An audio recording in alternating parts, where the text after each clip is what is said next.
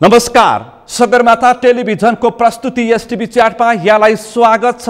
म सुनिल दाहाल।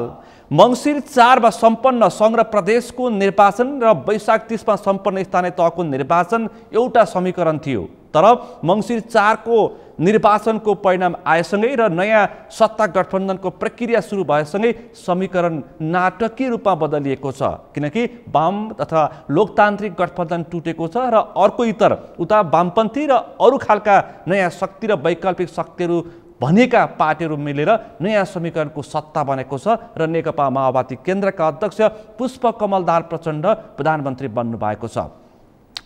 वैकल्पिक शक्तिहरू पनि सत्तामा पुगेका छन् र जसरी एक किसिमको तिक्तता थियो माओवादी केन्द्र र नेकपा एमालेको फेरि ध्रुवीकरणमा केन्द्रित हुन थालेको छ र यतिसम्म कि वाम मोर्चाको समेत चर्चा सुरु भएको छ र वामपन्थीलाई एउटा कित्तामा लैजाने र पुर्याउने प्रयास पनि भइरहेको छ। नेपाली कांग्रेस यो वाम लोकतान्त्रिक गठबन्धनमा कहाँनेरि चुक्यो, कहाँनेरि झुकियो र कहाँनेरि कांग्रेसले आफ्नो ध्यान पुर्याउन सकेन र सबै प्राप्त उपलब्धिहरू नजिक आइसकेका उपलब्धिहरू कांग्रेसले किन गुमाउनु पर्यो, अहिले सबैको चासो र यो विश्लेषणको पाटो बनेको छ। कांग्रेस कहाँनेरि चुक्दा सामान्यकृत रूपमा चुक्दाखेरि कांग्रेसले सबै मुख्य पदहरू गुमाउने अवस्थामा पुग्यो। अहिले कांग्रेसको एक थरीको विश्लेषणको पाटो छ भने अर्को नयाँ समीकरण प्रतिको मानिसहरूको चासो छ। किनकि जुन खालको एक किसिमको तिक्तता थियो पुष्पकमल दाहाल प्रचण्ड र केपी ओलीको अहिले सामिप्यतामा बदलिएको छ। राजनीतिमा सबै नै चल्छ र राजनीतिमा थाई शत्रु र थाई मित्र हुँदैन भनेर भन्ने गरिन्थ्यो। अहिले पछिल्लो समयको समीकरणले त्यसलाई चरितार्थ गरेको छ। अबको राजनीति कता केन्द्रित हुन्छ, यो प्रचण्ड नेतृत्वको सरकार के हुन्छ, कांग्रेसभित्र पनि असन्तुष्टि देखिएको छ। संस्थापन पक्ष इतर पक्षको अहिले जुन किसिमको घोषपेच सुरु भएको छ यसले कुन स्थितिमा पुर्याउँछ र सँगै कांग्रेसले व्यवस्थापन कसरी गर्छ, यतिसम्म कि पार्टी सभापति र सँगै संसदीय दलको समेत नेतृत्वबाट सभापति देउवालाई बहिर्गमन गर्नुपर्छ भन्ने खालका चर्चा पनि सुरु भएका छन् र ती खालका टिप्पणी भएका छन्। अनि वैकल्पिक शक्तिहरू सत्तामा गएका छन्, यिनीहरूले के गर्छन् चासोको विषय यो पनि छ। आज हामी यिनी समसामयिक र पछिल्लो राजनीतिक घटनाक्रममा केन्द्रित रहेर छलफल गर्दैछौँ। आजको यो छलफलमा मसँग सहभागी हुनुहुन्छ नेपाली कांग्रेसका युवा नेता सँगै काठमाडौँ 5 का नवनिर्वाचित कांग्रेस सांसद प्रदीप पौडेल। यहाँलाई स्वागत छ। हजुर धन्यवाद, नमस्कार। आराम हुन्छ? ठिकै छ, जाडो छ। जाडो निकै छ र बढ्दो छ। पुसको जाडो अलिक कडै हुन्छ। अब राजनीतिको जाडो चाहिँ यस्तो खालको तरिकाले यसरी परिवर्तन भयो कि मानिसहरू नै छक्क परे।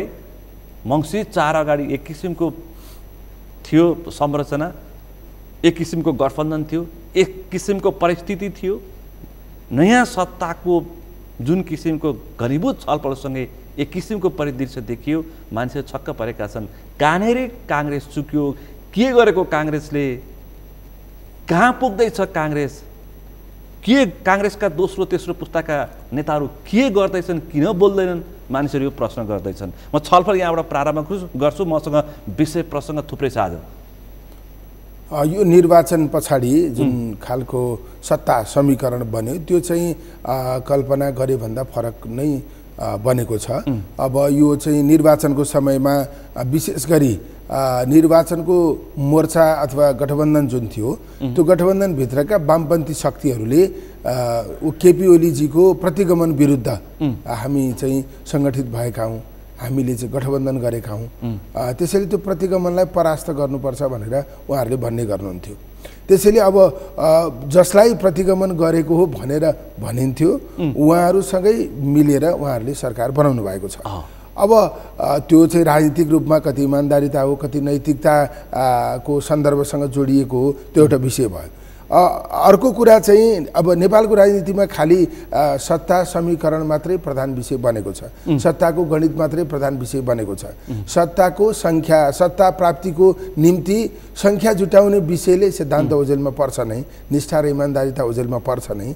अब यो गठबन्धन कसका कारणले टुट्यो, अब त्यो सन्दर्भमा मलाई के लाग्छ भने हिजो निर्वाचनको बेलामा जुन गठबन्धन आम मान्छेले स्वाभाविक ठान्दैन थियो, काङ्ग्रेस कम्युनिस्ट मिलेर गठबन्धन बनाएर चुनाव लड्ने होइन अब चाहिँ चुनावमा चाहिँ गठबन्धन सम्भव हुने चुनाव सकिएपछि सरकार गठनमा चाहिँ त्यो गठबन्धन टुक्रिने अथवा त्यो गठबन्धन निरन्तर हुन नसक्ने अब त्यो कुरामा चाहिँ के ख्याल गरिनु पर्थ्यो भने एकल बहुमतको सरकार कसैको बन्ने अवस्था थिएन सरकार बन्दा फेरि पनि गठबन्धनकै बन्ने हो त्यो गठबन्धनको निर्वाचनको समयमा नेतृत्व काङ्ग्रेसले गरेको थियो निर्वाचनबाट काङ्ग्रेसलाई सबैभन्दा ठुलो पार्टीको रूपमा म्यान्डेट प्राप्त भएको थियो लार्जेस्ट पार्टी काङ्ग्रेस बनेको थियो त्यसैले चाहिँ अब गठबन्धनको नेतृत्व गरिरहेको र ठुलो पार्टी बनेको कारणले काङ्ग्रेसले त्यो गठबन्धनलाई जोगाउनका निम्ति गम्भीर हुन जरुरी थियो काङ्ग्रेसको नेतृत्व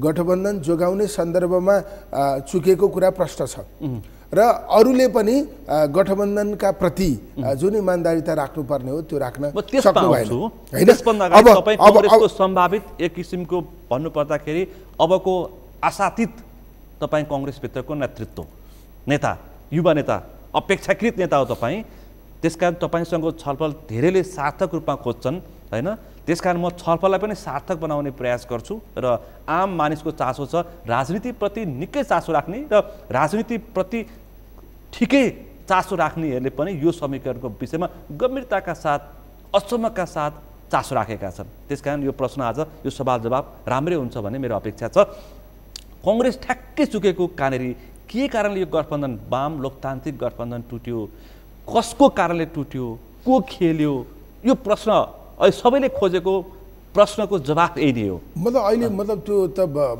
प्रश्न छ खास गरी कस्तो छ नेपाली कांग्रेस चाहिँ ठुलो पार्टीको रूपमा निर्वाचित भयो अब त्यो ठुलो पार्टी अथवा लार्जेस्ट पार्टीको हैसियतले नेपाली कांग्रेसकै नेतृत्व दाबी गर्ने कुरा चाहिँ स्वाभाविक हुन्छ भन्ने मत पनि थियो तर अब नेतृत्व कहिलेसम्म दाबी गर्ने गठबन्धन टुट्ने अवस्थासम्म दाबी गर्ने कि गठबन्धन नजोगिने हुँदा कम्प्रोमाइज गरेर जाने त्यो पनि अर्को विषय थियो र फेरि कस्तो हुन्छ भने अहिलेको सत्ता समीकरणको सन्दर्भमा चाहिँ अहिलेको पहिलो फेज छ नि त्यो पहिलो फेज महत्त्वपूर्ण छ किनकि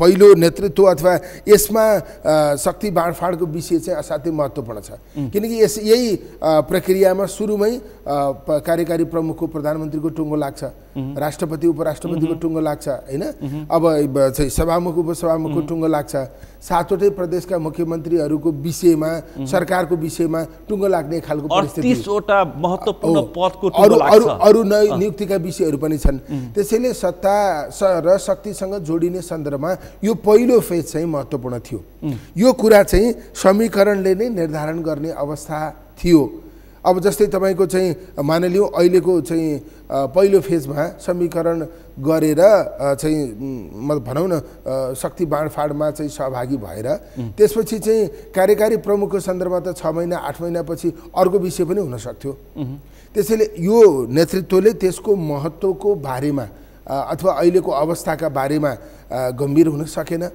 हैन यसले पार्टीलाई पुर्याउने क्षति अथवा चाहिँ सत्ता समीकरण अर्को बन्ने सम्भावना को बारेमा ख्याल गरेन आफ्नो मात्रै कुरालाई बढी प्राथमिकता दियो अथवा आफ्नो मात्रै कुरालाई महत्त्व दिएर छलफल अगाडि बढाइयो जसले गर्दा चाहिँ अब त्यो मुख्य पद प्राप्त हुने स्थिति पनि रहेन बाँकी पनि गुम्यो त्यसैले अब यसमा चाहिँ भुइँको एक टुक्रा टिप्न खोज्दाखेरि खल्तीको सबै झर्यो मतलब अब त्यो पनि भन्न सकिन्छ त्यसलाई नकार्ने विषय भएन तर कुरा के हो भने यो त राजनीतिक पार्टी हो जस्तो परिस्थिति उत्पन्न हुन्छ त्यसअनुसार चाहिँ आफूलाई सबल बनाएर अगाडि बढ्ने विषय हो त्यसैले अब यो सत्ता समीकरणको सन्दर्भमा यो दाउपेचको रणनीति नेतृत्वले अख्तियार गर्न सकेन अब त्यो त्यसमा मैले जति नै बचाउन खोज्दा पनि सम्भव हुँदैन हैन प्रतिपक्षको दाउपेच पनि पत्तो पाएन हैन अब त्यसकारणले हैन प्रतिपक्षको सन्दर्भमा त अब हामी कति प्रभावकारी ढंगले अगाडि बढ्ने हाम्रो चाहिँ कार्ययोजना के हुने हामीले कसरी मैले त्यहाँ पुग्न खोजेको हैन प्रतिपक्ष भन्दाखेरि नेकपा एमालेका अध्यक्ष केपी शर्मा ओलीको रणनीति पनि कांग्रेसले पत्तो पाएन वैकल्पिक समीकरणको तयारी भइ नै रहेको थियो हैन अब प्रचण्ड ज्यू चाहिँ जसरी पनि प्रधानमन्त्री हुने योजनामा हुनुहुन्थ्यो जोसँग मिलेर पनि उहाँ प्रधानमन्त्री हुने योजनामा हुनुहुन्थ्यो त्यसैले अब वैकल्पिक अब त्यो कस्तो हुन्छ भने यो गठबन्धन हो, यहाँबाट बाहिर जान मिल्दैन, यहीँभित्र जे हुन्छ त्यही नै अन्तिम हुन्छ भन्ने बुझाइ थियो भने त्यो असाध्यै गलत हो। त्यो निष्कर्षमा चाहिँ तपाईँको पार्टी नेतृत्व, पार्टी सभापति हुनुहुन्थ्यो। तर वैकल्पिक गठबन्धनको प्रक्रिया छलफल अगाडि बढेकै थियो। अब चाहिँ एमाले पनि काङ्ग्रेसलाई भनेको थियो अब चाहिँ हामी पनि तपाईँलाई साथ दिन तयार छौँ। अब त्यो कति विश्वसनीय कुरा हुन्थ्यो त्यो त्यही बेलामा बुझ्नुपर्ने कुरा हो। त्यसैले वैकल्पिक समीकरणको तयारी हुन सक्ने कुरालाई ख्याल गरेर अघि बढ्ने या पछाडि सर्ने अथवा चाहिँ पहिलो दोस्रो अप्सनको के लिने भन्ने बारेमा खुला हुन जरुरी थियो। तपाईँलाई थाहा थियो नि त माओवादी केन्द्रका दोस्रो तहका नेता र नेकपा एमालेका दोस्रो तहका नेताहरू ठाउँ ठाउँमा घनीभूत रूपमा वामपन्थी मोर्चाको सरकार बनाउने प्रयासमा छन् भन्ने कुरा त तपाईँलाई अलिअलि ख्याल थियो नि त। मतलब यो चाहिँ अब समीकरण सैद्धान्तिक निष्ठासँग जोडिएको छैन, त्यसमा इमान्दारिता छैन भन्ने कुरा। अब यो त तपाईँले भन्नुभएको कुराको चर्चा त पहिले निर्वाचनको बेलामा टिकट वितरणको बेलामा पनि आउँथ्यो होइन। यो चाहिँ टिकट बाँडफाँडको क्षेत्र बाँडफाँडको बेलामा पनि आउँथ्यो। अब काङ्ग्रेससँग धेरै सिट पाइएन भने अन्त जान पनि सक्छौँ भन्ने कुरा आउँथ्यो होइन। आउँथ्यो होइन होइन अब त्यसकारण अहिले पनि त्यो कुरा आयो। तर कुरा के छ भने गठबन्धन प्रधान विषय हो होइन। गठबन्धन भित्रैबाट छलफल गरेर सहमति निकाल्नुपर्छ, यो लक्ष्मण रेखा नै गठबन्धन हो भन्ने ढङ्गबाट गठबन्धनमा आबद्ध चाहिँ माओवादीले चाहिँ मानेको थिएन होइन। त्यो कुरा चाहिँ हाम्रो नेतृत्वले बुझ्नु पर्थ्यो होइन। त्यो चाहिँ आफूले खोजेको कुरा प्राप्त नहुँदा चाहिँ यो गठबन्धन तलमाथि गरेर यो गठबन्धनभन्दा बाहिरका शक्तिसँग पनि मिल्नुपर्छ भन्ने सोचमा माओवादी थियो भन्ने कुरा चाहिँ हाम्रो नेतृत्वले बुझ्न जरुरी थियो। एउटा विषय। दोस्रो विषय चाहिँ आखिरी यही गठबन्धनबाट निर्वाचनमा हामीले मत प्राप्त गऱ्यौँ। प्रचण्डजीले काङ्ग्रेसको सहयोग नभएको भए जित्नुहुन्थ्यो होइन। कतिपय हामी काङ्ग्रेसका मान्छेले प्रचण्डजीको सहयोग नभए पनि जित्दैनथ्यो होला। हामीले निर्वाचनको बेलामा बनाएको मुद्दा के हो? 39वटा सिटमा तलमाथि भएको छ यो गठबन्धनले। हामीले निर्वाचनको बेलामा बनाएको मुद्दा के हो होइन। एकीकृत समाजवादीले प्रत्यक्षमा 10 सिट ल्याएको छ जो समानुपातिकमा राष्ट्रिय पार्टी पनि हुन सकेन होइन। 2700मा 27 हो। त्यसकारण चाहिँ हामीले यो गठबन्धनलाई जोगाउने कुराको दायित्व शेरबहादुर देउवाको जति हो प्रचण्डको पनि त्यति नै हो। निर्वाचनमा हामीले के मुद्दा बनाएका थियौँ, के भनेर हामी चुनाव लडेका थियौँ? प्रतिगमन होइन, प्रतिगमन भनेका थियौँ। यो संविधानमाथि केपी ओलीले प्रहार गर्नुभयो, यो संविधान जोगाउनका निम्ति उहाँका विरुद्ध मोर्चाबन्दी गर्नु पर्यो भनेर हामीले भनेको होइन होइन। मुख्य गरी त चाहिँ माओवादीले नै बढी भनिरहेको कुरा थियो त्यो। त्यसैले त्यो विषयलाई ख्यालै नगरिकन अब चाहिँ एक खालको नयाँ परिस्थिति निर्माण गर्नतिर लाग्यो। प्रश्न त सोध्नु पर्यो मैले माओवादी केन्द्रलाई हो, तपाईँलाई मैले सोधेँ। अब त्यसमा सचियो होइन त्यो त विषय नै अलपत्र पर्यो होइन।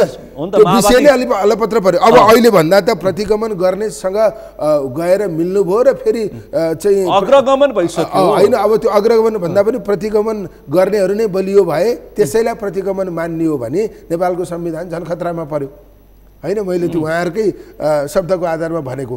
तर कुरा के छ भने हाम्रो नेतृत्व पनि गठबन्धनप्रति चाहिँ गम्भीर हुन सकेन, यसलाई जोगाउने मामिलामा इमान्दार देखिन सकेन। सीमित पात्रहरू काङ्ग्रेसभित्रका सीमित बालुवाटारभित्र बसेका केही सीमित नेतृत्वले गर्दाखेरि अथवा पार्टी सभापति सम्माननीय प्रधानमन्त्रीको पूर्व सम्माननीय प्रधानमन्त्रीको वरिपरि बस्ने घेरा लगाएर बसेका पात्रहरूको नै बढी चर्चा आइरहेछ होइन। यो पनि एउटा छलफलको विषय हो किनकि त्यो त अब एउटा सुन्नुहोस्, अब त्यो आन्तरिक समीक्षाको विषय हुन सक्छ, त्यो पर्दाभित्रको विषय भयो। तर कुरा के हो भने अब यो संस्थागत निर्णय भएर नगइसकेपछि नेतृत्वले निर्णय गरेको अब त्यसमा चाहिँ पार्टीको कमजोरी रह्यो। नेतृत्वको पार्टी सभापति मात्रै हो कि पार्टी पदाधिकारी पनि हो? तपाईँ संगठन बुझेको मान्छे होइन, हुन चाहिँ पदाधिकारी समेत हो होइन।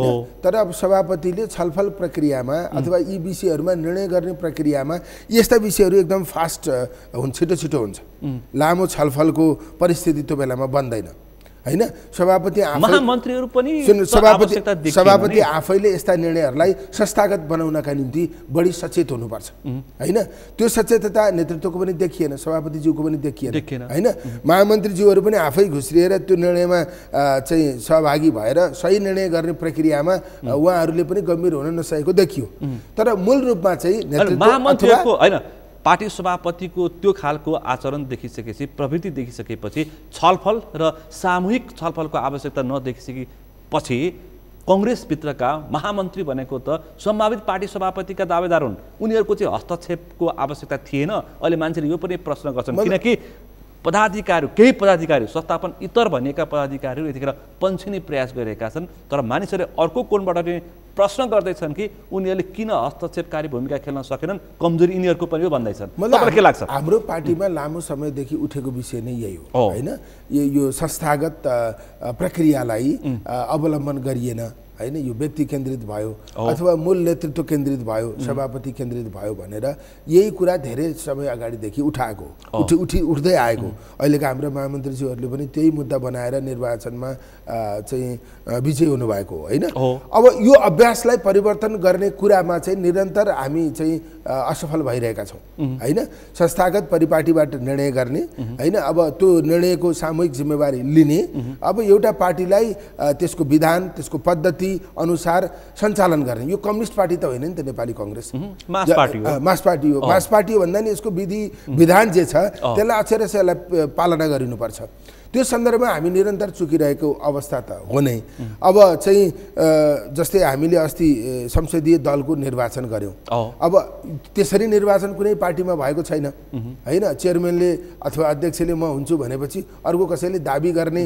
कोसिस सम्मत गरेको अवस्था भएन म आफै भन्दिन्छु तर हाम्रो धेरै प्रतिस्पर्धाबाट आए हाम्रो पार्टी कांग्रेसले मात्रै संसदीय दलको नेता प्रतिस्पर्धाबाट चयन गर्यो हो हाम्रो पार्टी वैकल्पिक शक्ति भन्नेले पनि गर्न सकेन हाम्रो पार्टी त्यस्तो ढङ्गको पूर्ण चाहिँ लोकतान्त्रिक अभ्यास पनि भएको स्थिति छ तर पनि हाम्रा आन्तरिक समस्याहरू अझै पनि उस्तै छन् संस्थागत ढङ्गबाट निर्णय नगर्ने सामूहिक ढङ्गबाट चाहिँ निर्णय प्रक्रियामा नपुग्ने अब त्यसमा चाहिँ बढी अहिले पछिल्लो समय भनौँ न युवा पुस्ताको प्रतित्व पनि पदाधिकारी मुख्य पदाधिकारीमा भएको अवस्थापछि चाहिँ त्यो अलि परिवर्तन हुन्छ भन्ने थियो त्यो अपेक्षा थियो नेतृत्वले आफ्नो बानी सुधारेन अनि सुधार्न दबाब दिने सन्दर्भमा अझै बल पुगेको स्थिति भएन अब चर्चा नेतृत्वलाई अब चाहिँ विशेष महाधिवेशन तथा विशेष अधिवेशन बोलाएर विदाय गर्नुपर्छ भन्ने खालका समेत चर्चा सुरु भएका छन् सम्भव छ र त्यो गर्ने हो अब कांग्रेसले मतलब गम्भीर त्रुटि देखिएको छ हैन अब त्रुटि जता पन्छाए पनि नेतृत्वले नै जिम्मेवारी लिनुपर्ने स्थिति छँदैछ अब त्यो सन्दर्भमा चाहिँ हाम्रो छलफल कसरी अगाडि बढ्छ त्यो त्रुटि नै होइन अब त्यो जे भएको छ ठीक छ अब करेक्सन गर्न आवश्यकै छैन अब अथवा नयाँ भनौँ न केही समय पर्खेपछि सत्ता प्राप्ति हुन्छ भन्ने सामान्य ढङ्गबाट यसलाई लियो भने अझ बढी प्रतिक्रियात्मक हुने स्थिति हुन्छ हैन रियाक्टिभ हुने स्थिति हुन्छ होइन यसलाई चाहिँ महसुस गर्ने अवस्था भयो र त्यसअनुसार सचिएर अगाडि जाने स्थिति भयो भने अब धेरै अन्तर्विरोध बढाएर भन्दा यसलाई व्यवस्थित गरेर अगाडि लाने वातावरण निर्माण हुन पनि सक्छ त्यसैले हाम्रो अब भूमिका परिवर्तन भएको छ हामी सत्ताको भूमिकाबाट एकाएक प्रतिपक्षको भूमिकामा आएका छौँ त्यसबाट एकदमै धेरै निराश भइहाल्नु पर्ने कांग्रेस सकियो भन्ने निष्कर्ष निकालिहाल्नुपर्ने अवस्था होइन तमाम व्यथितिका विरुद्ध लड्ने मौका फेरि हामीले प्राप्त गरेका छौँ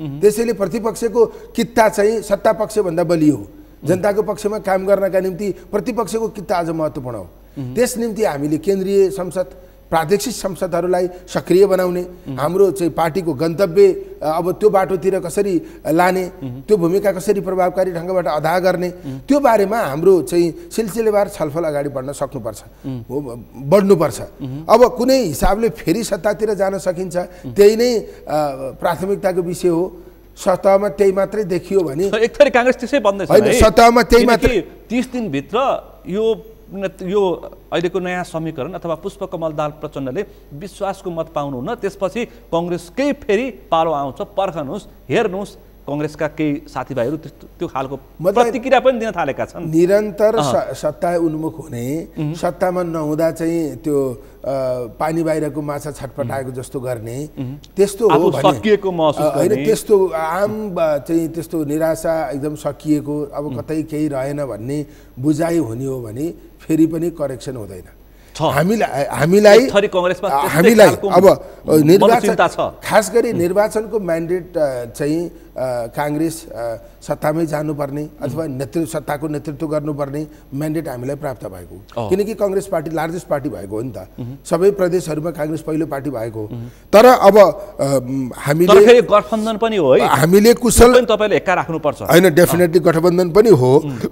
तर गठबन्धन भनेको कस्तो भने गठबन्धनको लाभ हामीले मात्रै भएको त होइन नि त, हामीले मात्रै गठबन्धनबाट चुनाव जितेको त होइन, गठबन्धनमा भएका अरू शक्तिले पनि हाम्रो बलले चुनाव जित्नु भएको।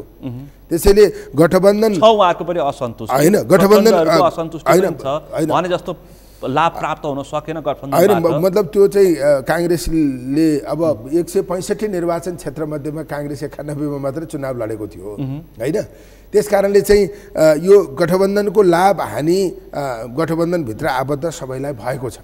कांग्रेस लार्जेस्ट पार्टी भएको नाताले सत्तामा हुनुपर्ने कांग्रेससम्म भनेका छन् कि माओवादी साथीभाइहरूले शेखर गगन पक्षले त हामीलाई हराउने खालको ठुलो षड्यन्त्र गरे सम्म यही कुर्सीमा आएर बोलेर हिँडेका छन्। मतलब पार्टीभित्र गठबन्धन गर्ने नगर्ने कुरामा अन्तर्विरोध थियो, माओवादीमै पनि थियो हैन। तपाईले अघि भर्खर भन्नुभयो हैन, एक थरीले चुनावको बेलामा चाहिँ आवश्यक हामीले चाहे जति सिट प्राप्त नहुने हो भने हामी वाम मोर्चा बनाउँछौं, वाम मोर्चा बनाउँछौं भनेर उहाँहरूले पनि भन्नुभएको हैन। त्यसैले निर्णय हुनु अगाडिसम्म यो विषयमा व्यापक बहस भएको हो, सहमति असहमतिको स्थिति पनि भएको हो। तर निर्णय भएर चाहिँ तपाईले जसको जुन नेताहरूको नाम लिनुभयो उहाँहरू नै टिकट बाँडफाँडमा सिट बाँडफाँडमा बस्नु भएको थियो, असहमति भएको थियो, बाँडफाँड कसो गरेको हैन प्रश्न पार्दिनुस्। ए बाबा नेपाली कांग्रेसले भ्रम छ के माओवादी साथीभाइले नेपाली कांग्रेसले कति सिट लिने, कुन सिट लिने सबैमा गगनजी आफै हुनुहुन्छ। असहमत भएको भए उहाँ त्यसरी बस्नुहुन्थ्यो। त्यसैले त्यो त आरोप लगाउनका लागि मात्र लगाएर त के अर्थ छैन नि।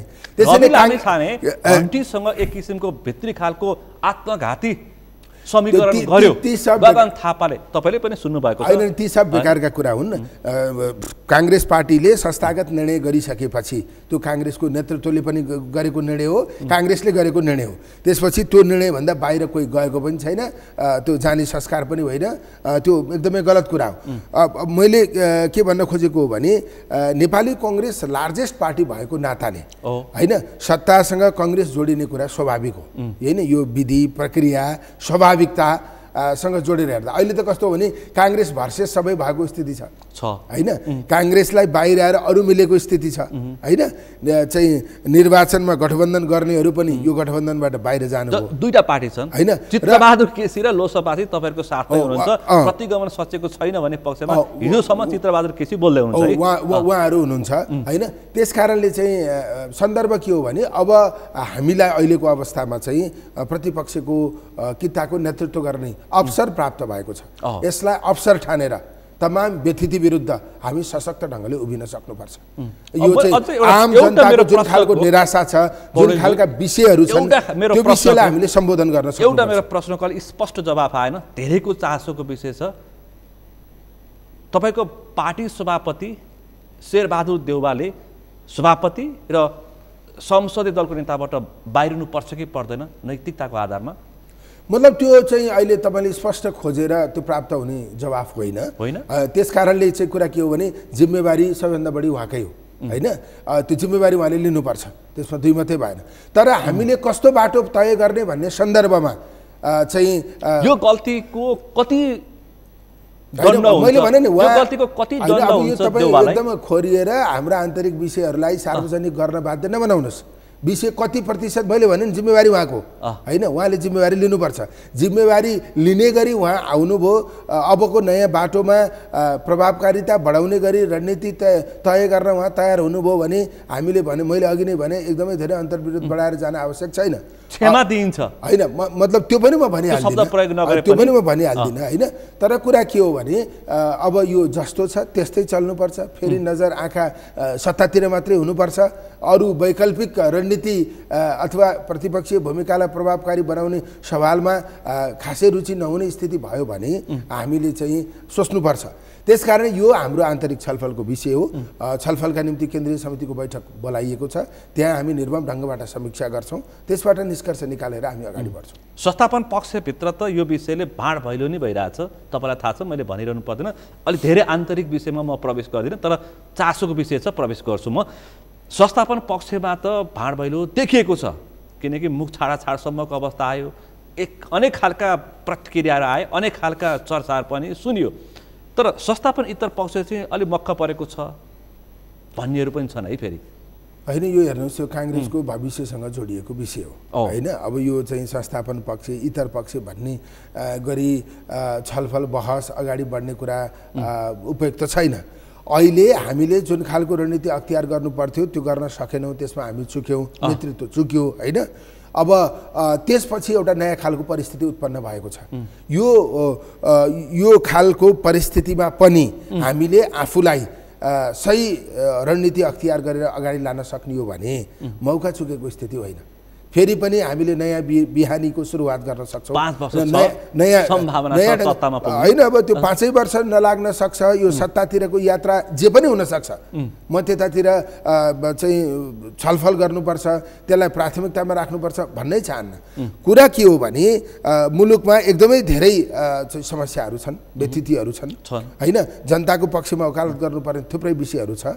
त्यो वकालत गर्ने ठाउँ हामीले प्राप्त गरेका छौँ। त्यो करेक्सनको बाटोतिर लिएर जाने कुराको नेतृत्व गर्ने अवसर हामीले प्राप्त गरेका छौँ। त्यो त वामपन्थीले पुर्याइदिएका हो। त्यसकारण होइन, वामपन्थीले पुर्यायो, कसले पुर्यायो, त्यो वामपन्थी भन्ने न्यारेटिभ पनि बेकार छ होइन। त्यो कस्तो हो नि, त्यो वामपन्थी कस्तो हो भने सत्तातिर उन्मुख मात्रै हो। त्यो वामपन्थीले जसलाई पनि लिन्छ होइन, राजा मास्नेलाई पनि लिन्छ, राजा ल्याउनुपर्छ भन्नेलाई पनि लिन्छ होइन। त्यसको कुनै सैद्धान्तिक धरातल छैन। सैद्धान्तिक धरातल नभएको पक्षलाई तपाईँले वामपन्थी भनेर किन त्यो ट्रेडमार्क दिनुहुन्छ? त्यस्तो राम्रो वामपन्थीको ट्रेडमार्क यस्तो सिद्धान्तहीन मान्छेहरूलाई किन दिनुहुन्छ? कुनै इमान्दारिता नै छैन। सत्ताको कुर्सी नै प्रधान विषय हो होइन।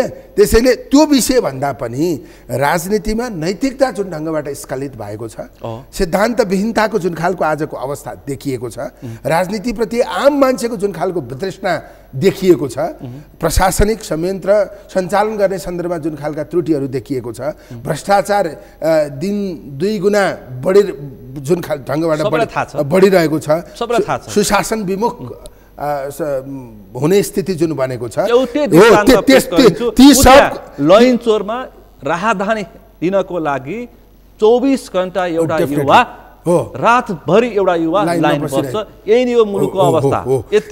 यो अवस्थामा हामीले यो सबै व्यथिति अन्त्य गर्ने गरी यी विषयहरू उठाएर नेतृत्व गर्ने अवसर हामीलाई प्राप्त भएको छ होइन। अब सत्ताको न्यानोतिर लाग्ने त्यो राजधानी बोकेको युवा युरोप अमेरिका होइन, खाडी जानको लागि एकदम यही हो नेपालको वास्तविकता चरितार्थ हो। डेफिनेटली ऊ खाडी जानका निम्ति त्यहाँ गएर एकदम जोखिमपूर्ण काम गर्नका लागि होइन, एकदम न्यूनतम स्यालेरी प्राप्त गर्नका निम्ति सारा परिवार आफन्त छोडेर ऊ त्यहाँ जान त्यो सङ्घर्ष गरिरहेको छ। त्यसैले यस्ता तमाम विषयको चिन्ता गर्ने अवसर हामीलाई प्राप्त भएको छ। यी तमाम विषयहरू उठाउने अवसर हामीलाई प्राप्त भएको छ होइन। हामीले यी विषयहरू उठाएर व्यथिति विरुद्ध प्रहार गरेर हामीले कुनै पनि कुरामा कम्प्रोमाइज नगरिकन अब हामी नयाँ सिराबाट आयौँ भनेपछि विश्वप्रकाश गगन र प्रदीपहरूले चाहिँ आलोचना मात्रै गर्ने, बोल्ने मात्रै, सत्तामा पुगेर यो समस्याको हल गर्ने होइन। होइन, त्यो समस्याको हल गर्ने गरी सत्तामा पुग्ने अवसर पनि आउँछ, सधैँ त्यो अवसरबाट विमुख भइन्छ। तर कुरा के हो भने गगन र प्रदीपलाई सुनिलजी आलोचना मात्रैको राजनीति अब फाप्दैन, नेतृत्वमा पुगेर समस्याको हल गर्नको लागि जनताले अपेक्षा गरेका छन्। चुनाव लडेर आयौँ होइन, चुनाव लडेर आयौँ होइन, के अरे मन्त्री भएर काम गर्न पनि चाहन्थ्यौँ होला होइन, तर परिस्थितिले हामीलाई त्यो मौका दिएन हैन। अब हामी विपक्षीमा बसेर यी व्यतिथिहरूलाई उठाएर हैन तमाम व्यतिथिका विरुद्ध चोटिलो प्रहार गरेर बोल्ने नै भूमिकामा सीमित हुनु पर्यो। एकचोटि मङ्सिर 4 सम्झिनुहोस् त, तनहुँको लागि तपाईँ टिकट खोजिरहेको मान्छेलाई काठमाडौँ 5 मा पार्टीले पठायो, तपाईँ शानदारका साथ जित्नुभयो, जहाँ माओवादीको खासै प्रभाव पनि छैन, जनताको मतले तपाईँ जित्नुभयो।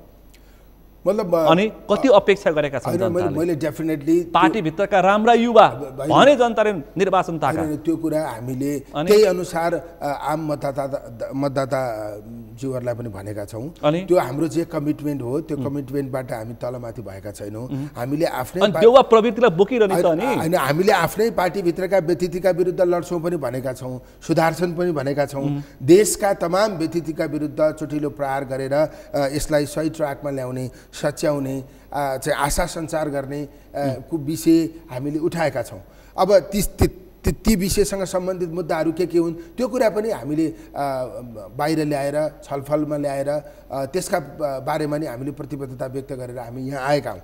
त्यसकारण तपाईँले सुन्नुभएको छ प्रदीप पौडेलहरू आफ्नै पार्टीभित्रको प्रवृत्ति विरुद्ध त लड्न सक्दैनन् क्या हो भनेर मान्छेहरू आशंका व्यक्त गर्न लडेनौँ। तपाईँको टेलिभिजनको अन्तर्वार्तामा भनिरहनु पर्दैन, जनताले त आवाज पाउनु पर्यो। हामीले आवाज पाउने गरी नै प्रष्ट ढङ्गले गरिरहेका छौँ। म त जनताकै प्रश्न सोध्दैछु, व्यक्तिगत प्रश्न सोध्दैछु। खोतलेर हेर्नुभयो भने हाम्रो पार्टीको आन्तरिक जीवन खोतलेर हेर्नुभयो भने त सबै देखिन्छ। त्यसैले म त्यतातिर धेरै जान चाहन्न। त्यो के हो भने त्यो हाम्रो त्यसको एउटा प्रक्रिया हुन्छ। त्यो प्रक्रियामा हामीले के भूमिका गरेका छौँ त्यो देखिएकै छ हैन। अब त्यसलाई एकदमै धेरै खोतलेर यो तपाईँ र मेरो बहस चाहिँ काङ्ग्रेसको आन्तरिक जीवन केन्द्रित बनाउने भन्दा पनि मेरो भनाइ चाहिँ के हो भने शुभेच्छा सहितको पनि मेरो आग्रह चाहिँ के हो भने मेरो आग्रह के हो भने हामीले अर्को एउटा नयाँ अवसर प्राप्त गरेका छौँ। निराश हुनुपर्ने कुरा छैन। देशभरिका साथीहरूलाई हाम्रो सङ्गठन परिचालन गरेर जनताका खास आवाजहरू बोल्ने गरी हामी अगाडि बढ्नुपर्छ हैन। चाहिँ समस्या के हो त्यसलाई कसरी समाधान गर्ने हो अथवा चाहिँ यो तमाम सुशासन कायम गर्ने सन्दर्भमा हामीले आफ्नो ठाउँबाट के गर्न सक्छौँ, यो व्यतिथि अन्त्य गर्ने सन्दर्भमा हामीले हाम्रो आफ्नो ठाउँबाट के गर्न सक्छौँ, त्यसमा इमान्दारीपूर्वक लागौँ। सत्ता प्रधान विषय होइन भनेपछि पार्टीभित्रको हस्तक्षेप र सत्तामा देखिने विकृतिको हस्तक्षेपमा तपाईँहरू एउटा किताबमा उभिनुहुन्छ हैन। मतलब त्यो खालको आवाज जनताले प्राप्त गर्छ। पार्टीको हस्तक्षेप भन्दा पनि पार्टीभित्र सुधारको सच्चिने विषयको सन्दर्भमा हामी गम्भीर हुन जरुरी। अब पनि अपेक्षा छ यो नेतृत्वसँग, अब पनि सुधारिएन, अझै पनि अपेक्षा छ यो नेतृत्वसँग, अब पनि सुधारिएन, अब पनि सचिएन भने चाहिँ हामी हस्तक्षेप त प्रक्रियामा पुगेपछि हुने हो के हैन। अहिलेका निम्ति हामीले भन्ने कुरा के हो भने करेक्सन गर्ने गरी जानु पर्यो। करेक्सन गर्ने गरी नजाने हो। अहिले पनि तमाम प्रश्नहरू उठ्ने स्थिति बनाउने हो। अहिले पनि कसरी सत्तामा जान सकिन्छ त्यो मात्रै प्रधान विषय बन्ने हो भने अब चाहिँ हामीले पनि सर्भाइभ गर्न सक्दैनौँ। अब 5 वर्ष कांग्रेस सत्ता बाहिर हो, 5 वर्ष सत्ता बाहिर हो भनेर म भन्दिनँ। तर कुरा के हो भने सत्तामा जाँदा पनि हामीले साँच्चै सुधार गर्छौँ भन्ने सन्देश दिने गरी पहिला आन्तरिक रूपमा हामीले आफूलाई सबलीकरण गर्नुपर्छ र प्रतिपक्षको भूमिका केही समय एकदमै प्रभावकारी ढङ्गबाट अदा गर्न सक्नुपर्छ। सत्तामा जाँदा हामी यसो गर्छौँ जुन कुरा अहिले हामीले उठाइरहेका छौँ त्यो कुरा एकदम विश्वसनीय बन्ने गरी मात्रै सत्तामा जान सक्नुपर्छ। पहिलो नेतृत्व प्रचण्डलाई दिएको भए पनि गलत हुँदैन थियो भन्दा के हुन्थ्यो अथवा अर्को कोणबाट के तपाईँ भन्न सक्नुहुन्छ? मतलब पहिलो नेतृत्व है प्रधानमन्त्रीको पहिलो नेतृत्व त्यो हेर्नुहोस् जसरी चलिराखिएको छ त्यो त जसले नेतृत्व गरेको भए पनि त्यसलाई बदल्नै पर्छ। जे कुराले प्राथमिकता पाएको छ अथवा जसरी स्वार्थहरू मात्रै हावी हुने गरी काम भइरहेको छ हैन, चाहिँ तमाम जनताका विषयहरू ओझेलमा परेको जुन खालको स्थिति छ त्यसलाई यथावत राखेर त जसले नेतृत्व गरे पनि खासै अर्थ हुन्थेन। तपाईँ पार्टी भन्दा अलिकति माथि पनि कहिलेकाहीँ बोल्ने हुनाले यो गठबन्धनलाई जोगाउनको लागि एकचोटि प्रचण्डलाई पहिलो नेतृत्व दिएको भए पनि हुन्थ्यो भन्ने जुन खालको जनमत देखिएको छ, मत देखिएको छ, त्यसमा तपाईँको मत धारणा के छ भन्ने मेरो सिधा प्रश्न यही नै हो। होइन, म त्यो खालि सत्तारोहण हुने सन्दर्भमा होइन, नेपाली कांग्रेस लार्जेस्ट पार्टी भयो, एउटा गठबन्धन गरेर निर्वाचनमा सहभागी भएर यो परिणाम आएको स्थिति हो। त्यसैले चाहिँ त्यो गठबन्धन रहिरहँदा त्यसले सत्ताको नेतृत्व गर्ने स्वाभाविक थियो। सत्ताको नेतृत्व गर्दा को जाने भन्ने सन्दर्भमा अब मेरो भनाइ चाहिँ गठबन्धन जोगाउने मनसायका लागि प्रश्न भन्नुहोस् है, होइन, गठबन्धन जोगाउनका लागि हामीले नेतृत्व छोडेर पनि हामी तयार हुनु पर्थ्यो, त्यो गठबन्धन जोगाइरहनु पर्थ्यो। अब त्यो गठबन्धन जोगाउने किन, त्यो गठबन्धनभित्रबाट प्रधानमन्त्री बनाउने किन, अथवा सत्ताकै नेतृत्व हामीले गर्ने किन, सत्तामा हामी किन जाने, त्यसका निम्ति चाहिँ यो परम्परागत काम गर्ने शैली नै कायम राखिरहेको भए त्यसले पनि दीर्घकालीन रूपमा केही पनि उपलब्धि दिँदैन थियो। त्यो त तर भने त पछि हो क्या। त्यसैले त्यसभन्दा अगाडिको शैली बदलेर, व्यवहार बदलेर, होइन, प्राथमिकता बदलेर, होइन, जनताका खास विषयहरूलाई कार्यान्वयन गर्ने एउटा हुटुटी बोकेर त्यहाँ जान जरुरी थियो, होइन। अब गठबन्धन हामीले चुनावमा गऱ्यौँ, चुनावमा गठबन्धन गऱ्यौँ, तर हामीले साझा जनताको काम के गर्ने भन्ने त तपसिलो कुरा भयो, किनकि 2 पटक त पुष्पकमल दाहाल प्रचण्ड प्रधानमन्त्री भइसक्यो, त उनको तेस्रो पटक हो, तपाईँको पार्टी सभापतिको 5औं पटक हो, 6औं पटकको प्रयास हो। के गरे के गर्छन् त्यो आफ्नो ठाउँमा छ, सबैलाई थाहा छ। तर अहिले त चर्चा यही राजनीतिक गठबन्धनकै चर्चा भएको हुनाले कांग्रेस पार्टीले नेतृत्व गर्दा, होइन, नेतृत्व परिवर्तन गरेर जाने कोसिस पनि हामीले गरेको होइन, तर त्यो प्रक्रिया असफल भइसकेपछि अब त्यो प्रक्रियालाई नै मान्दिन त भन्न मिलेन, होइन। त्यसैले ती आफ्ना प्रक्रियागत हाम्रा बाध्यतालाई स्वीकारेर अब नेतृत्व गर्ने सन्दर्भमा चाहिँ हामीले पार्टीभित्र अथवा एउटा सांसदका रूपमा भन्ने कुरा के थियो भने सरकारको नेतृत्व कांग्रेसले गरेको भए पनि निर्वाचनको बेलाको गठबन्धनले गरेको भए पनि यो शैली फेर्न जरुरी छ। जनताले खास उपलब्धि पाउने गरी काम गर्न आवश्यक छ, सरकारले डेलिभर गर्न आवश्यक छ, हैन। यी प्रशासनिक संरचनाहरूलाई बदलेर काम गर्ने शैलीको सन्दर्भ मैले भनेको सेवामुखी बनाउन आवश्यक छ, भ्रष्टाचार अन्त्य गरेर सुशासन कायम गर्न आवश्यक छ। संवैधानिक अङ्गमाथिको जुन ढङ्गको हस्तक्षेप, हैन, अदालतमाथिको जुन ढङ्गको हस्तक्षेप, यो चाहिँ यो एकदमै राजनीतिक लिगेसी मात्रै जोड्ने जुन खालको प्रतिस्पर्धा, यसको अन्त्य हुन जरुरी छ।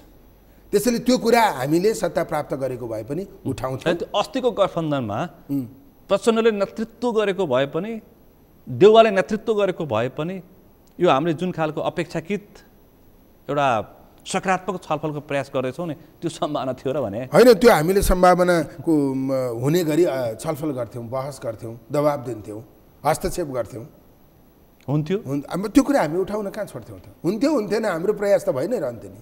आज जे भइरहेको छ, सत्तामा हुँदा पनि सच्याउने गरी, जनताको पक्षमा काम गर्ने गरी, त्यो कुरा हामी डेफिनेटली उठाउँथ्यौँ नै। मान्थे होइन, अब त्यो मान्थे यो यस्तो हो, मान्ने तपाईले चिनेका नेता हुन् तिनीहरू, मान्ने नमान्ने, प्रचण्डको प्रवृत्ति पनि तपाईँलाई थाहा छ, देउवाको प्रवृत्ति पनि तपाईँलाई थाहा छ, माधव नेपालको आचरण पनि तपाईँलाई थाहा छ। मान्ने नमान्ने आफ्नो ठाउँमा छ, बाध्य बनाउने विषय हो। अब प्रचण्डजी गठबन्धनै छोडेर पनि प्रधानमन्त्री हुन किन तयार हुनुभयो? त्यही त भन्दैछु म। अब सकारात्मक कोणबाट हेर्ने हो भने उहाँमा एकदमै जसरी पनि गरेर देखाउँछु भन्ने हुटुटी भएर हो कि हेरौँ, होइन। तर अब प्रधानमन्त्री नै बन्न त प्रचण्डज्यूलाई पनि आवश्यक थिएन, त्यस्तै प्रधानमन्त्री बन्न त पहिला जस्तो हुनुभयो, होइन। हाम्रो सभापतिलाई पनि आवश्यक थिएन, होइन। त्यसैले प्रधानमन्त्री कतिपटक हुने भन्ने कुरा होइन, प्रधानमन्त्री भएर के गर्ने हो त्यो कुरा इतिहासमा स्मरण योग्य हुने गरी काम गर्नका निम्ति प्रधानमन्त्री हुनुभएको हो भने अब यो मौका हो, होइन। प्रधानमन्त्री हुने संख्या कतिपटक भयो भनेर संख्या बढाउन मात्रै हुनुभएको हो भने त त्यसको तात्विक अर्थ केही रहँदैन। संख्याको प्रतिस्पर्धा भनेपछि यो बीचमा कांग्रेसको नेतृत्वमा, यो बीचमा है फेरि अलिकति मैले प्रश्न अलि जोडतोडका साथ उठाउने प्रयास गरेँ, यो बीचमा कांग्रेसको नेतृत्वमा केही फेरबदल हुन सक्छ? कस्तो पार्टी नेतृत्वमा? मैले भनेको हामीले भर्खर मात्र अधिवेशन सम्पन्न गरेर आएका छौँ, होइन। निर्वाचनमा हामी भाग लिएर यहाँसम्म आएका छौँ, होइन। एउटा चाहिँ फरक सिनारियो देखिएको छ। अब कुरा के हो भने नेतृत्व राखेर नेतृत्व फेरेर जसरी भए पनि प्रतिपक्षीय भूमिका प्रभावकारी बनाउन जरुरी छ। काङ्ग्रेसले चाहिँ देशका तमाम व्यथितिहरूलाई अन्त्य गर्नका निम्ति नेतृत्व गर्छ भन्ने हामीले चाहिँ हाम्रो क्रियाकलापबाट महसुस गराउन जरुरी छ। काङ्ग्रेस जनता भनेपछि पार्टीभित्रको भाउजू प्रवृत्तिहरू पनि अन्त्य गर्न आवश्यक छ होइन?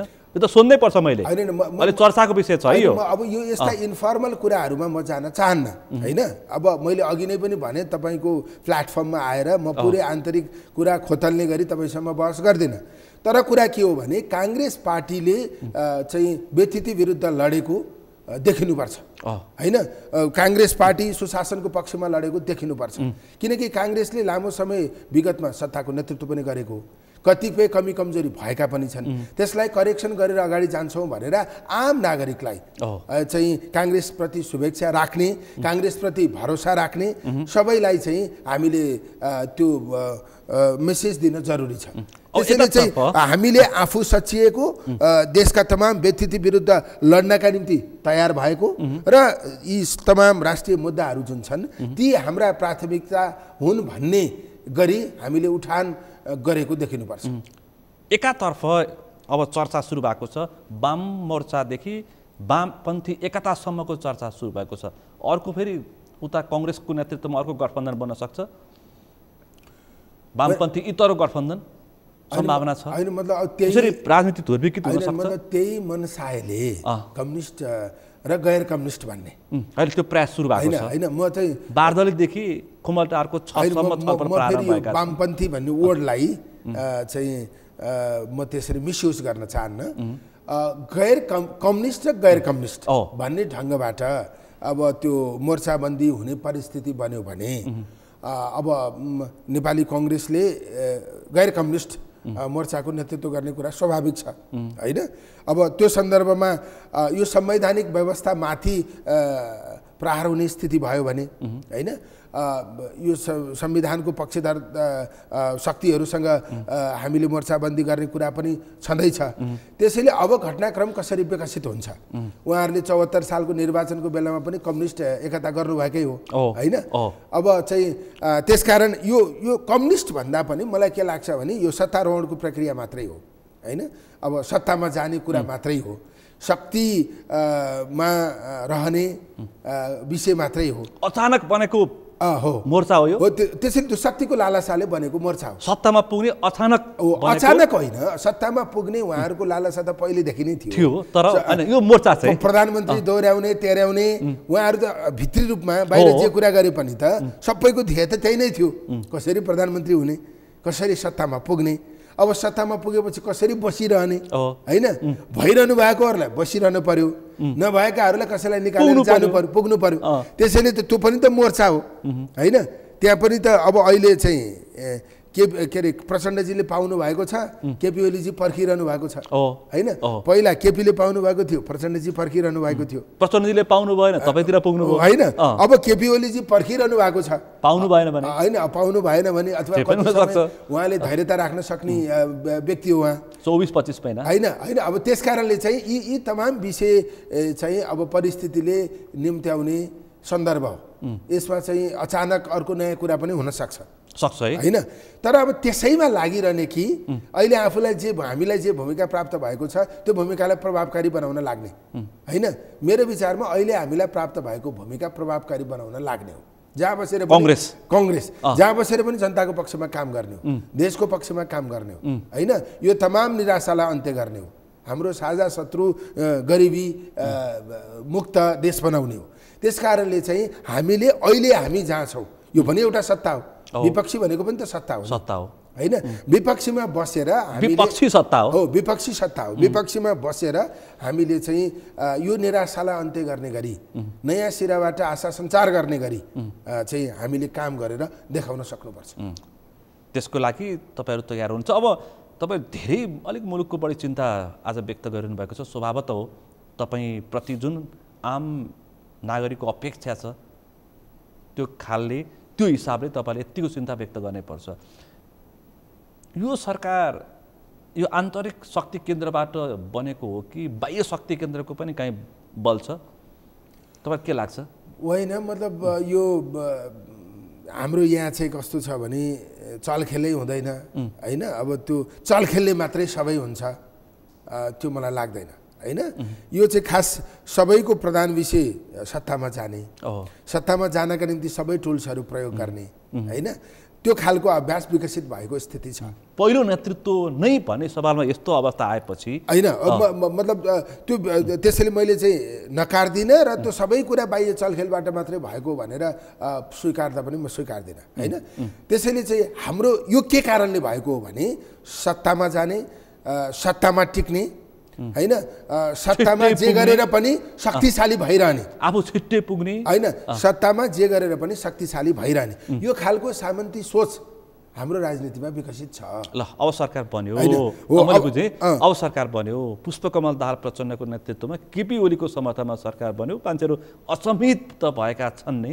यस्तो थियो 2 दिनसम्म अगाडिसम्म ओली के भन्दै थिए, अब प्रचण्डको प्रधानमन्त्रीको प्रतिस्पर्धा त धेरै दूर भइसक्यो भनेका ओलीले प्रचण्डलाई प्रधानमन्त्री बनाएका छन्।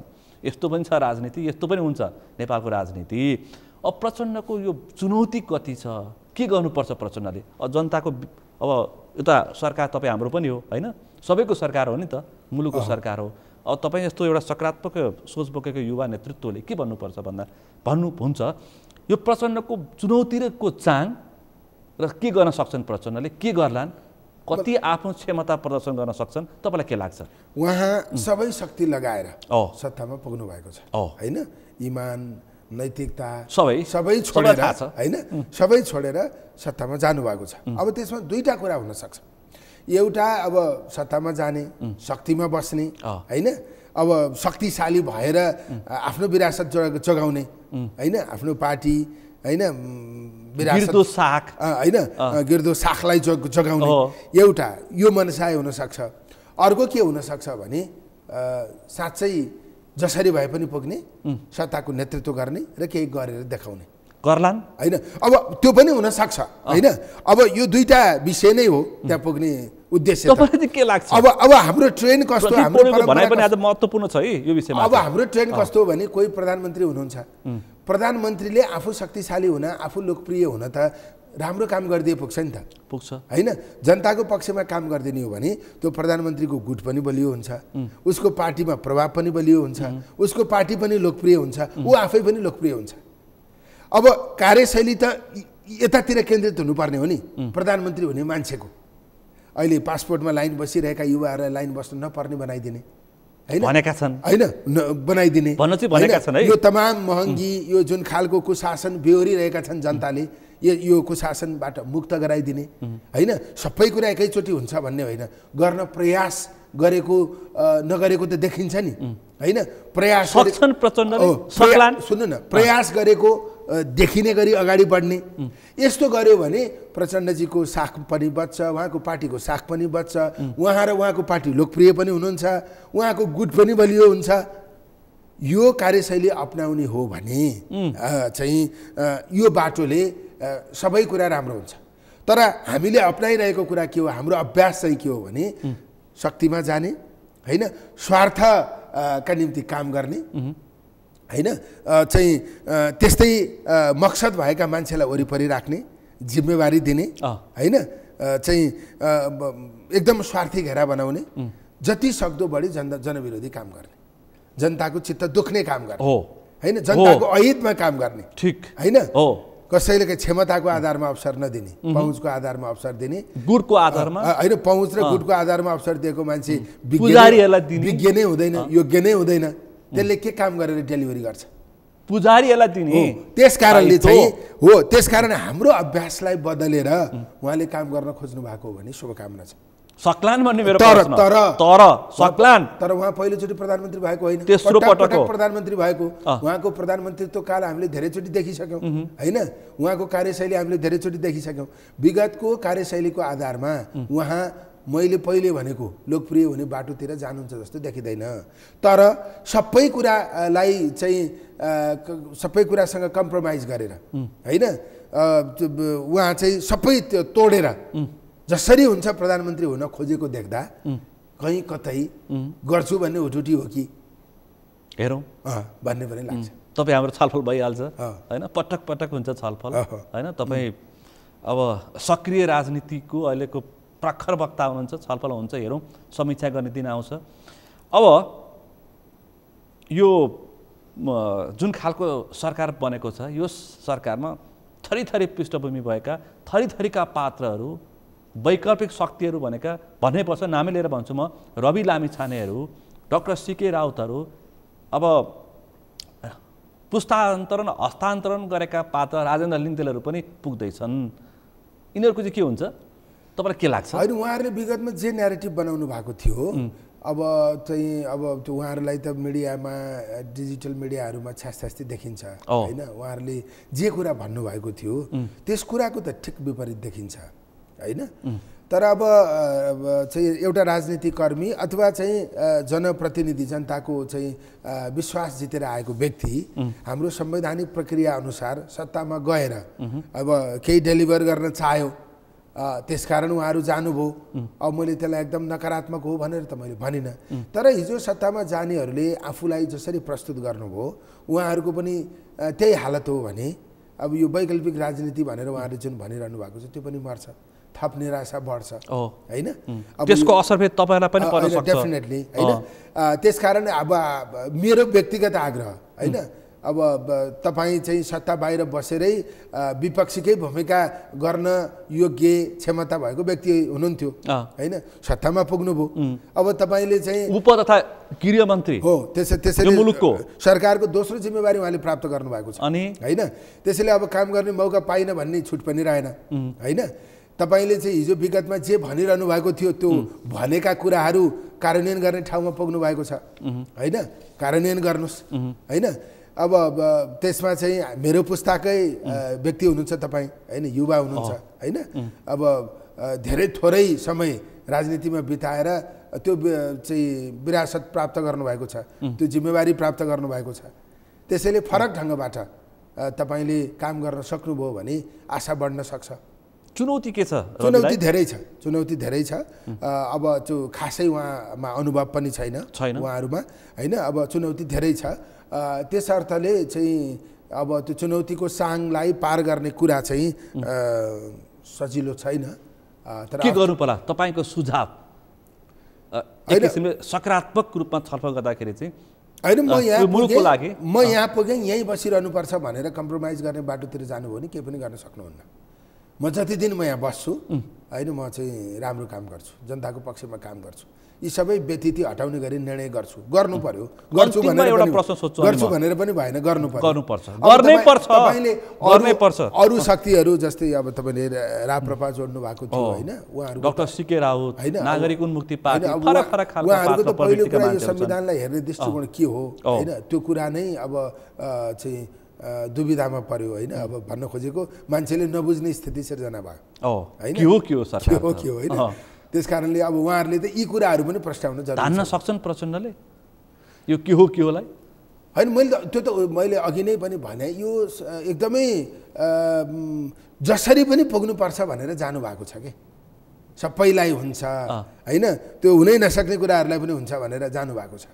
अब त्यो उहाँले किन जानुभएको, के गर्नुहुन्छ, अमरेश सिंहहरू सबैलाई बोकेर जानु भएको छ, त्यो त उहाँले मात्रै बुझ्ने कुरा हो होइन। प्रभु शाहदेखि अमरेश कुमार एक ढङ्गले त उहाँले त अस्वाभाविक गठबन्धन बनाएर जानुभएको।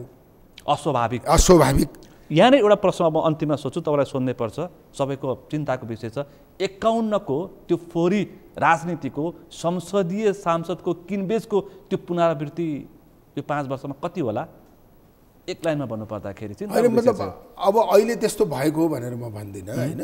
अब त्यस्तो पनि सम्भावनालाई म नकार्दिनँ, तर कुरा के हुन्छ भने अब यो संसद स्थायी अथवा स्थिर हुन नसक्ने होइन, तपाईँको यो संसदमा सरकार बनाउने चलखेलका निम्ति जस्तोसुकै उपायहरू अपनाइने, विगतकै संसदीय परम्पराहरू फेरि त्यो दृश्यमा देखिने कुराले एकदमै बढी निराशा बढाउँछ पक्कै पनि। हो, त्यसकारण मैले के भनेको भने सरकारको चलखेलमा, सत्ताको चलखेलमा हामी नलागौँ। हामी विपक्षी नै भएर प्रभावकारी काम गर्न सक्छौँ, भूमिका गर्न सक्छौँ। यो सत्ताको चलखेलले हामीलाई निरन्तर बदनाम बनाइरहन्छ होइन। यो बदनामी बेहोर्ने गरी हामी अगाडि नबढौँ। हामी भने नेपाली कङ्ग्रेस हो। होइन। त्यसैले अब कस्तो छ भने हाम्रो मनोवृत्ति पनि सत्तामा नहुँदा सबै कुरा गुमेको जस्तो लाग्छ। हामी सबै व्यक्ति त्यो खालको राजनीतिको पुनरावृत्ति हुने खालको सङ्केत देखियो भने तपाईँहरू के गर्नुहुन्छ? होइन, मैले भने त्यो असाध्यै निराशाजनक स्थिति तपाईँहरू के गर्नुहुन्छ? हामी तपाईँहरूको त्यसको प्रहार कस्तो हुन्छ? होइन, अब त्यो कस्तो भने एउटा व्यक्ति अथवा यो यहाँभित्र उपस्थित भएको एउटा पात्रको नाताले मैले फेरि पनि भन्ने कुरा के हो भने त्यस्तो हुनु हुँदैन। त्यस्तोमा मुछिने कुरा त धेरै परको कुरा भयो होइन। मुछियो भने त झन् आफै सकियो। के छ भने व्यक्तिगत रूपमा म सार्वजनिक प्रश्नहरूसँग डराउँछु, त्यसकारण त्यो सचेतना ममा छ भन्ने मलाई लाग्छ होइन। अब त्यो एउटा व्यक्तिगत विषय भयो, तर मैले मेरो पार्टीको सन्दर्भमा भनिरहेको कुरा के हो भने अब नजर सत्तातिर नलगाउँ। अब नजर चाहिँ हामीले विपक्षीको भूमिकालाई कसरी प्रभावकारी बनाउन सक्छौँ त्यतातिर मात्रै केन्द्रित गरौँ। हामीले चाहिँ हाम्रो पार्टी सङ्गठनलाई व्यथिति विरुद्ध लड्न तयार गरौँ होइन, दबाब दिने स्थिति निर्माण गर्न तयार गरौँ। पक्कै नै यही अपेक्षाका साथ आजको छलफललाई यहीँ बिट मार्छु। तपाईँको भूमिका संसदमा पहिलो पटक तपाईँको भूमिका संसदमा सशक्त देखियोस्, प्रतिपक्षमा पुग्दाखेरि पनि जनपक्ष देखियोस्। यो समय अनि संवादलाई म विशेष रूपमा आभार व्यक्त गर्न चाहन्छु। यो मौका दिनुभयो, धेरै धन्यवाद। आज हामीले पछिल्लो परिघटना भएको राजनीतिक समीकरण र सत्ता निर्माण, अबको अपेक्षा र कङ्ग्रेसभित्रका सम्भावित आशातीत युवा नेतृत्वको विचार आज हामीले समेट्ने प्रयास गऱ्यौँ। आजको छलफलमा मसँग सहभागी हुनुहुन्थ्यो नेपाली कङ्ग्रेसका युवा नेता र सँगै काठमाडौँ 5 का नवनिर्वाचित कङ्ग्रेस सांसद प्रदीप पौडेल। आजको विषय प्रसङ्ग यति नै। भोलि अर्को विषय प्रसङ्गका साथ एसटिभी च्याटोनी वाचा गर्दै म सुनिल दाहाल पनि बिदा चाहन्छु। सगरमाथा टेलिभिजन हेर्दै गर्नुहोला। नमस्कार।